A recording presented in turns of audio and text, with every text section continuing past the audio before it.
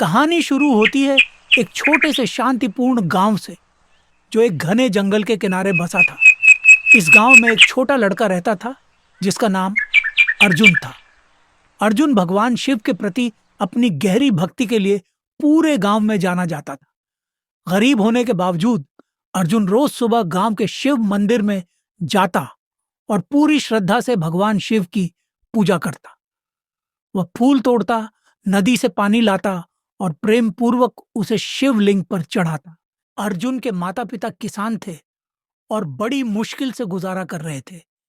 फिर भी अर्जुन ने कभी भी अपनी मंदिर जाने की दिनचर्या नहीं छोड़ी। उसकी यह सच्ची भक्ति भोलेनाथ, भगवान शिव की दृष्टि से छिपी नहीं रही, जो आसानी से अपने भक्तों की प्रार्थना से प्रसन्न हो जाते हैं। एक शक्तिशाली राजा जिसका नाम विराट था, उस गांव में आया। वह अपनी संपत्ति और दानशीलता के लिए प्रसिद्ध था। उसने बड़े गर्व से कहा कि भगवान शिव के प्रति उसकी भक्ति अद्वितीय है, क्योंकि वह नियमित रूप से शिव को ढेर सारे फूल, दूध और महंगे गहने अर्पित करता है। उसने गांववासियों को यह घोषणा की कि वह भगवान शिव की प्रसन्नता के लिए एक विशेष पूजा करेगा और सभी को इसे देखने के लिए आमंत्रित किया। गांववासी राजा की भव्यता और भक्ति को देखकर चकित हो गए। अर्जुन अपने साधारण कपड़ों में दूर से यह सब देख रहा था। राजा और उसका दल बड़ी धूमधाम से पूजा करते हैं और मंदिर में भारी मात्रा में धन अर्पित करते हैं।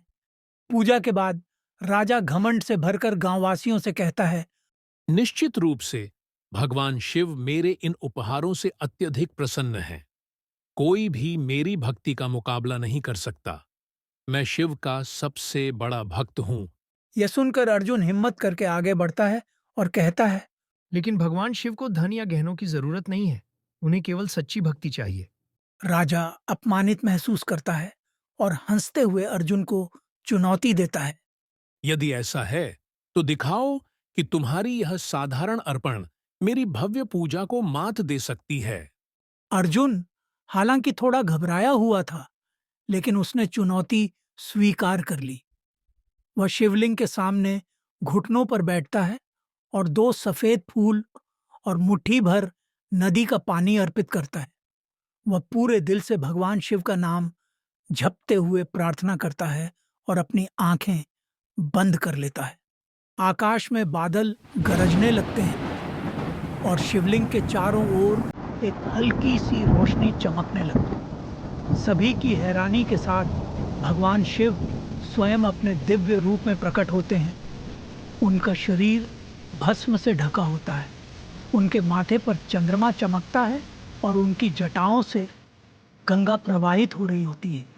भगवान शिव मुस्कुराते हुए अर्जुन की ओर देखते हैं और कहते हैं, प्यारे बच्चे, तुम्हारी सच्ची भक्ति मेरे लिए दुनिया के सारे धन से अधिक मूल्यवान है। तुमने अपने प्रेम और सरलता से मुझे प्रसन्न किया है। गांववासी और राजा यह देखकर स्तब्ध रह जाते हैं। भगवान शिव फिर राजा की ओर मुड़ते हैं और कहते हैं, यह जरूरी नहीं है कि कितना अर्पित किया गया है, बल्कि यह महत्वपूर्ण है कि अर्पण किस हृदय से किया गया है। इस छोटे से बच्चे से सीखो, क्योंकि उसकी भक्ति शुद्ध और अहंकार रहित है।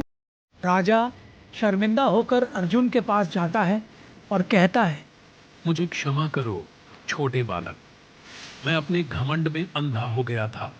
तुमने मुझे सच्ची भक्ति का रास्ता दिखाया।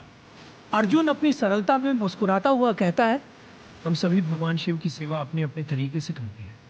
भगवान शिव हमसे हमारे उपहारों की परवाह नहीं करते, वे हमारे प्रेम की परवाह करते हैं। राजा अर्जुन को धन्यवाद देता है और यह वादा करता है कि वह फिर कभी घमंड से अपनी भक्ति को आच्छादित नहीं करेगा। भगवान शिव अर्जुन और राजा दोनों को आशीर्वाद देते हैं और आकाश में लुप्त हो जाते हैं। सच्ची भक्ति दिल से आती है। दयालु भोलेनाथ केवल अपने भक्तों से प्रेम और विनम्रता की अपेक्षा करते हैं, चाहे अर्पण कितना भी बड़ा या छोटा क्यों न हो। अनूप, यदि तुम्हारा दिल शुद्ध है तो भगवान शिव सदा तुम्हारे साथ रहेंगे।